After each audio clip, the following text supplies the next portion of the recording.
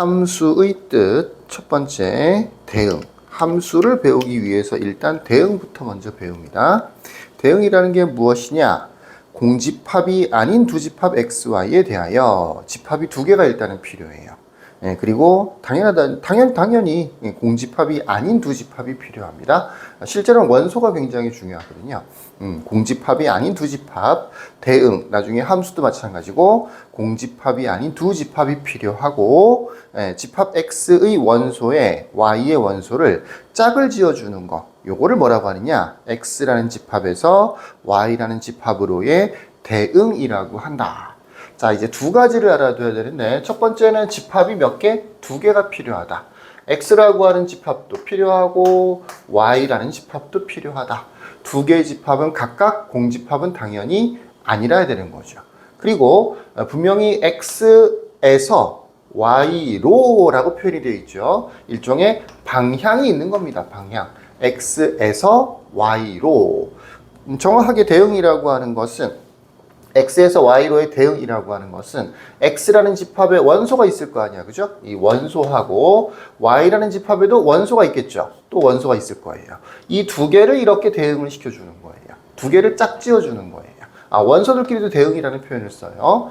두 개를 연결시켜주는 겁니다. 두 개를 짝지어주는 겁니다. 물론 x라는 집합에는 여러 개의 원소가 있을 것이고 y라는 집합에도 여러 개의 원소가 있을 테니까 원소들끼리 적당히 짝이 지어 있는 거야. 근데 방향 얘기했었죠. 그래서 짝을 지어줄 때도 기호로 표시할 때도 이렇게 화살표를 보통 붙입니다. 왼쪽 집합의 원소에서 오른쪽 집합의 원소 방향으로 화살표를 보통 붙여줘요. 이때 집합 x의 원소 x에 집합 y의 원소 y가 짝지어지면 이거를 또 뭐라고 부르냐면 x에 y가 대응한다고 하고, 그러니까 x라는 집합에서 y라는 집합으로의 대응은 x라는 집합에 있는 원소, y라는 집합의 원소 x에 y를 대응한다. 그러니까 집합끼리도 대응이라는 표현을 쓰는 거고 각각의 원소에 대해서도 세부적으로 대응이라는 말을 쓰는 거예요. 그러니까 대응을 크게도 쓰고 작게도 쓴다라는 얘기입니다. 이걸 기호로는 x 화살표 y와 같이 나타낸다라고 되어 있는데, 예를 들어서 한번 그림으로, 옆에 보면 그림이 보이죠? 이 그림으로 한번 표시를 해볼게요.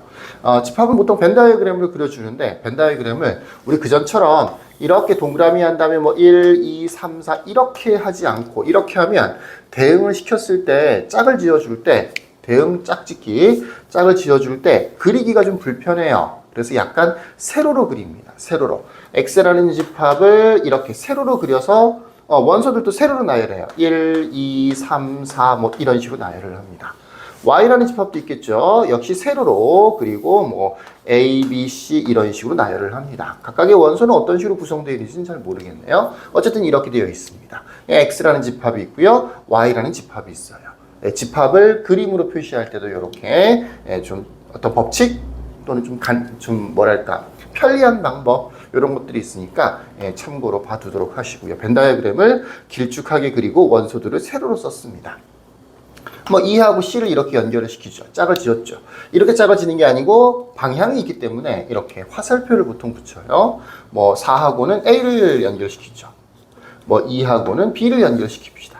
이렇게 하면 화살표를 3개를 그었죠. 그러니까 원소들끼리 대응관계 3개를 내가 지금 만들어준 거야. 그거를 이렇게 볼 수도 있고 요거를 낱개로 하나하나 나타내주면 EB 이렇게요. 또 EC 이런 식으로요. 또 4A 이런 식으로 표현해 줄 수가 있다라는 얘기를 하고 있는 겁니다. 전체적으로 보시면 x라는 집합에서 y라는 집합으로의 대응을 내가 한 게 그림으로 완성을 시켜 놓은 거죠. x에서 y로의 대응이라고 보통 부르고요. 또 원소들도 마찬가지로 2에 b가 대응되어 있다, 또는 2에 c가 대응되어 있다, 4에 a가 대응되어 있다.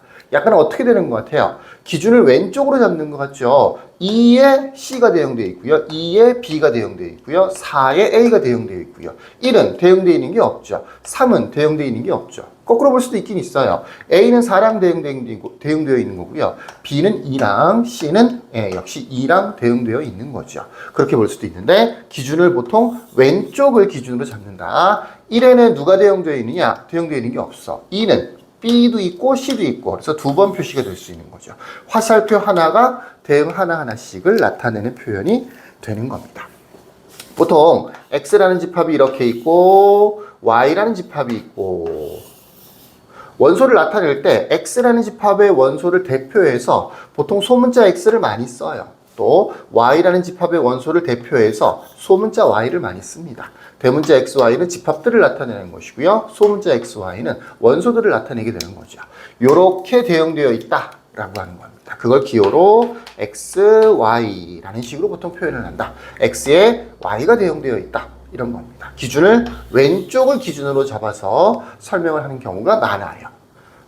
A에는 누가 대응되어 있나요? 4요. 틀렸냐? 틀렸다라기보다는 4가 누구에게 대응되어 있냐? 4는 A에 대응되어 있다. 이런 식으로 더 많이 표현한다라는 얘기입니다. 전체적으로 대응이라는 게 어떤 건지 아시겠습니까? 전체적인 이 왼쪽 집합과 오른쪽 집합에 대해서 전체적으로 대응이 되어 있는 거고 또 각각의 원소들은 4는 A에 2는 B와 C에 대응되어 있다. 이렇게 대응이란 말을 전체적인 용어로도 사용하고 각각의 원소에 대해서도 또는 이 각각의 화살표에 대해서도 대응이라는 표현을 사용을 한다라는 겁니다. 자, 대응은 별다른 게 아니에요. 짝짓기예요. 쉽게 얘기하면. 제일 위에 써져 있죠? 짝을 지어주는 것. 짝을 지어주는 것을 대응이라고 합니다. 자, 여기까지.